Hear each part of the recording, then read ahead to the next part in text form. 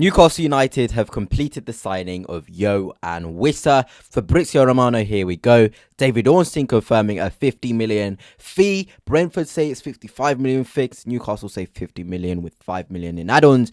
But regardless, Newcastle have got their man, and it is a phenomenal deal for them. We'll be delving into it, talking about how he could work with Voltemada, and just talking about Newcastle's transfer window, because apparently it is going to end there in terms of incomings. And I think it's actually a pretty solid window considering what people have been saying about them. But before I begin, give this video a massive thumbs up and hit the subscribe as well. It is always greatly appreciated.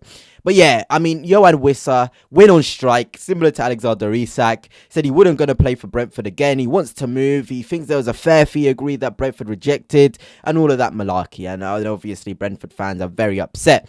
But in what Wissa is, he's a solid player. You know, people are already talking about the fee being far too much, but far too much for a player that scored 20 goals in the Premier League and 19 non-penalty goals at Brentford. Come on now, let's have a bit more respect towards players. Alexander Isak scored the same amount of non-penalty goals as Wissa last season. I'm not saying he's on Isak's level, but I am saying the respect towards a very good player needs to be a lot higher from a lot of people. Wissa provides so many things. Runs in behind, he can receive into his feet, he can peel off onto the left, he can peel off into the right. He's a runner. He suits Eddie Howe's play style. I think it's a really, really good deal in terms of stylistic fit. And what actually can happen with Wissa is he can work with anyone. You can put him in a 2 with Voltemada. You can play him as a singular striker. He can work. He has so many strings to his bow. And I think Newcastle fans are going to appreciate that quality, having that 9 who's able to sniff around the box and move into the box and have really, really good situations. It's a big, big positive.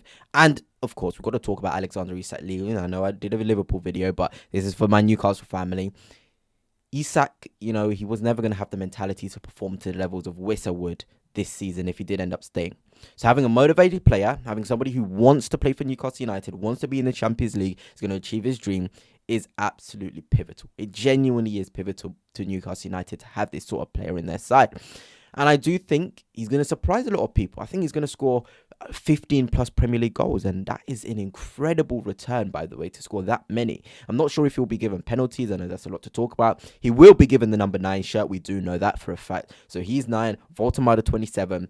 And ultimately, if I am served right, 69 million for Voltemada, 50 for Wissa would come around to 119 million. So essentially, Isak has paid off that whole deal to sign those 2 phenomenal players for 2 for the price of 1, a young striker but an experienced one. And I said at the start of this window, if Newcastle are going to really replace the impact of Isak, they need to bring in a centre forward who can do 2 jobs. Be experienced, score goals, knows the Premier League, but also young, able to really grow and become better in the Premier League. And that is Voltemada to a T. Obviously, Wissa needs to come up to speed. I'm not sure if he's been called up to his nation's, fixtures. I'm pretty sure he has. He always is for DR Congo.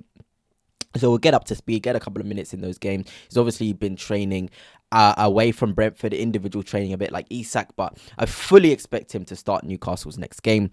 I've actually forgot who they play next, which is quite disappointing for me. I'm always right on the ball with Newcastle United's fixtures, but he has to start straight away. He genuinely does need to start straight away. I'd be looking to do a Wissa up front. I'd actually try a Langer off the left and Murphy off the right. And I know Harvey Barnes has been really good, but I think Elanga, the angles in terms of how Newcastle United plays, I think it might suit him to be off the left rather than the right. And you've got Murphy, I think it's phenomenal. I think he actually played well and was quite unlucky to get substituted against Leeds. So I think I would play that front 3. And I'm looking at the midfield. Joe Linton should be back, so it would be Joe Linton, Bruno Guimaraes and Tonali. I think that's really solid. I think Jacob Ramsey, the injury, I'm not too sure about it, but I think he'll be out for the next couple of Newcastle United games. Then looking at the back 4, I think anyone could start and I'd be pretty confident, in terms of Newcastle United. I think they've got probably one of the strongest backlines. We're looking at Botman, Shaw, Thiaw, Trippier, Livramento, Lewis Hall. Look, there's brilliant players there.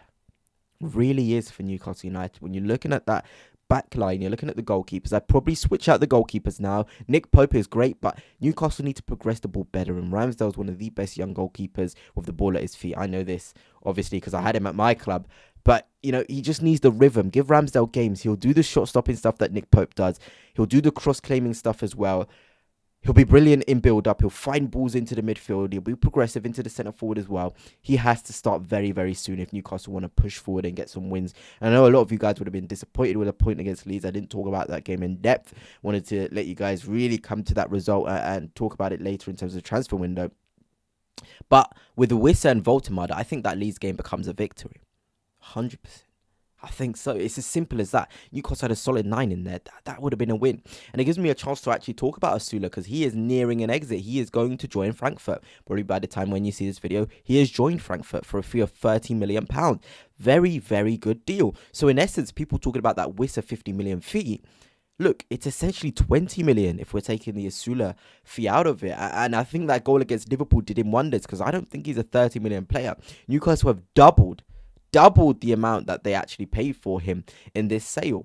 But then again, you got to think about it. When Frankfurt sign a centre forward, they often are able to spin them for ridiculous money, 60 million plus pounds. And if Osula decides to just burst and onto the scene, that could be interesting. I would really try and put a buyback clause if possible from a Newcastle United standpoint, because I think he's really going to turn into a proper centre forward. He's just really raw at the minute. He just needs to really get into his body and I mean understand his mechanics, and he'll be really, really good. But I think I want to do end on a more in-depth sort of stuff in terms of Wissa and Voltemada working together, because at the beginning of the summer it was all talks about Ekatike and Isak playing together. That's what Newcastle United ultimately wanted, but in the end it didn't happen. But they still signed 2 centre forwards, and I think Eddie Howe, in those games in which it's really tough against those low blocks, against those defensive structures, we can see Wissa play up front with Voltemada. You can play 2 up top, 4 across the midfield. Off the left, you can have Gordon when he's more fit. Off the right, Elanga or Murphy. Buriga, Marais and Tonali in the middle. The engine room, you've got passing ability there as well. Then you've also got the option of Jacob Ramsey to come in if needs be. Drop a defender. Look, there's so many different ways for Newcastle United to play. I think that's the biggest positive. I think we're coming out this window as Newcastle United fans. You have more strings to your bow, more options, more variety to play. And you couldn't really say that last season. You couldn't really definitively say Newcastle can adjust to the opponent. Now you can. Tight control of Voltemada, runs in behind of Wissa. There is ways for Newcastle to really hurt opposition teams. And I'm sure Newcastle United fans are delighted about that. I think when I'm looking at the window, Ramsdale, Voltemada, Wissa, Jacob Ramsey, Malik Thiaw, Young Soo, I think it was who it was brought in. I always get confused between him and the other one that was signed, but him as well. Really solid, really solid. I think that's a 7 out of 10 window, and you're only saying maybe not a 10 out of 10 because of the midfield depth. I feel like if they were able to get in one more body in there to properly replace the Longstaff, Willock is out for a long time, things could have been looking more and more positive. But 7 out of 10 is genuinely a very good return for Newcastle on where they started this window with the whole Isak saga. But anyway, that's it for now. Hope you have enjoyed, and until next time,